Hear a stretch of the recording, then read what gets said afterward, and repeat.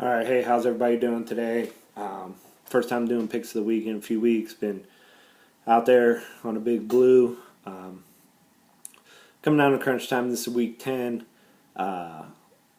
So let's take a look at it right now. Remember, the playoffs are going to go. Top two division winners get a bye. Next four best teams, don't matter what division they're in. It's really close race. Pretty much everybody's still in it. With the exception of, sorry, Colette, Mighty Dogs Hounds.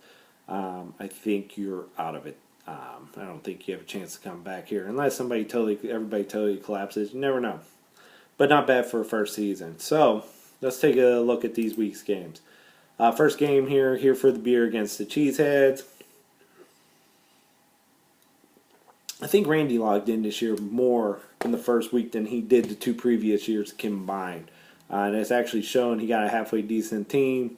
But we made the first ever trade this week. Me and Omar.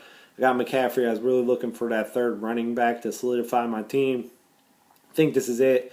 Giving up Wentz might have been a little bit too much, but I think I'm going to like my team.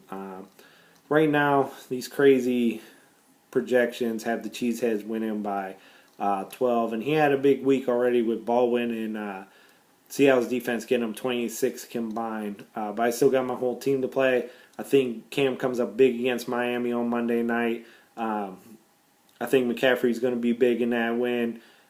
Maybe finally up in Green Bay they get Jordy Nelson rolling. That's what I really need. So I'm going to go here to win this one easily by 10 to move to 7-3. Next up, Niners to the end against America's fantasy team. America's fantasy team has finally started to show their true colors, losing 2 in a row. They've been one of the luckiest teams I've ever seen in fantasy history. Brian, you have to be Irish because nothing else explains this. I'm looking at these two teams and pretty even across. I really don't like starting Adam Jones with Niners to the end. And even though I think he's going to get a couple other big days out there, I think America's fantasy team just too much for him this week. I think Gordon, Jacksonville got a good defense, but they struggle against strong runners. I really like Landry. Thielen, I think is going to be huge against Washington. So in this one, I'm going to take America's fantasy team by 3. Next up, Stillbush Pirates against Shoguns of Harlem. They each scored 2 points so far. 2 from J.J. Nelson in Arizona, and 2 by Tyler Lockett up in Seattle. So these are 2 barn burners going. But I'm looking at the rest of Julian's team, Stillbush Pirates, and somehow he's accumulating a powerhouse over there again. The only guy that kind of worries me this week when I look at your team, Julian, is DeAndre Hopkins. Hopefully Savage just keeps on pumping him the ball. A lot smarter than hopefully he's a lot smarter than Osweiler was last year. And Art, your team, like, you've gotten so many bad breaks. I'm looking at your entire team, and honestly, everybody here.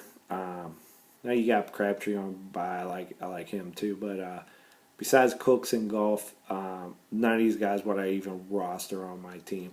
I think this one's not even close. Julian wins this one by 25. This will probably pretty much eliminate Art, and you'll be off to the toilet bowl. Ball so hard against the Gert Locker. A Gert Locker, America's fantasy team, trying to make a trade earlier. He got vetoed. Art thought he was just voting. He didn't realize he had commissioner access. I texted the guys back and see if they still wanted to submit. I'd approved it. I try to do what's fair for the league. I'll never approve anything crazy like Antonio Brown for freaking Jamison Crowder. That's just not going to happen in this league. But even though it was a little bit lopsided, and I don't know why Brian would want to make that trade, it was good enough for me. Every trade's not going to be fair, so I'm not going to veto something or I'm not going to cancel something that's not crazy, even though I think somebody's making a stupid trade. So moving on. Ball so hard against the Gerlocker. Jermaine, another guy, probably hadn't logged on more than 3 times the first 2 years in the league, has finally been getting on there. He got 17 points from Jimmy Graham on Thursday night. And the Gerlocker, I told you guys, don't buy into the Adrian Peterson train. He's done. He's done, and Arizona's not that good.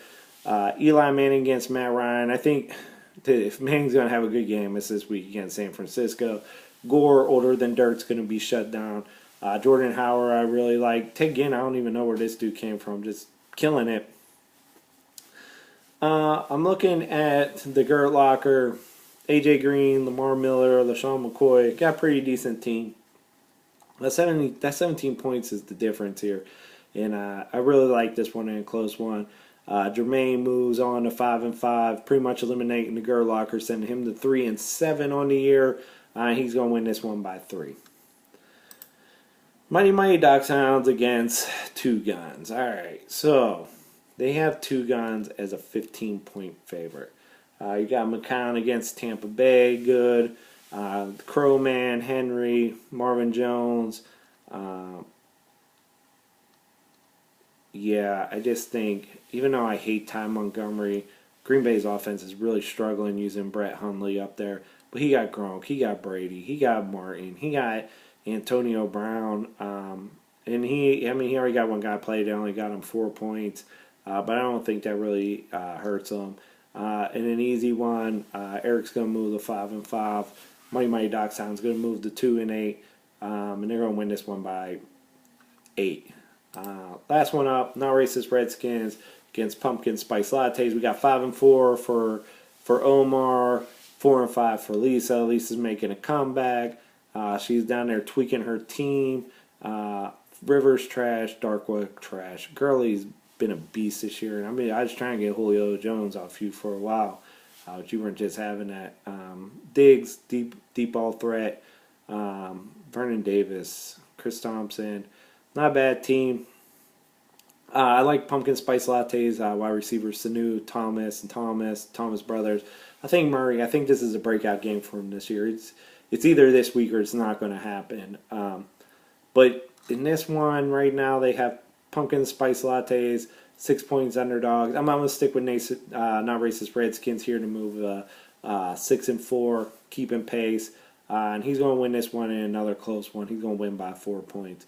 All right, that's all I got for this week. I'm getting ready to watch some football here in 15 minutes. Steelers are on. Just keep it going, guys. We got a few more weeks.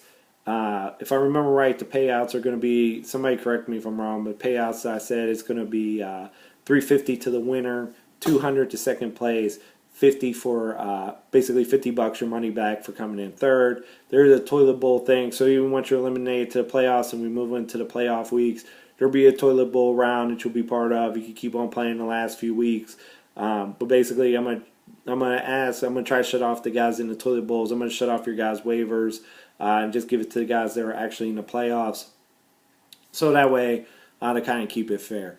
I'm gonna do my my award show week 13, so if we're home. If not, I'll do it when we get back, but we'll see. I've been coming up with ideas of what to do for that. So everybody, good luck, except for you, Randy. I need to crush you.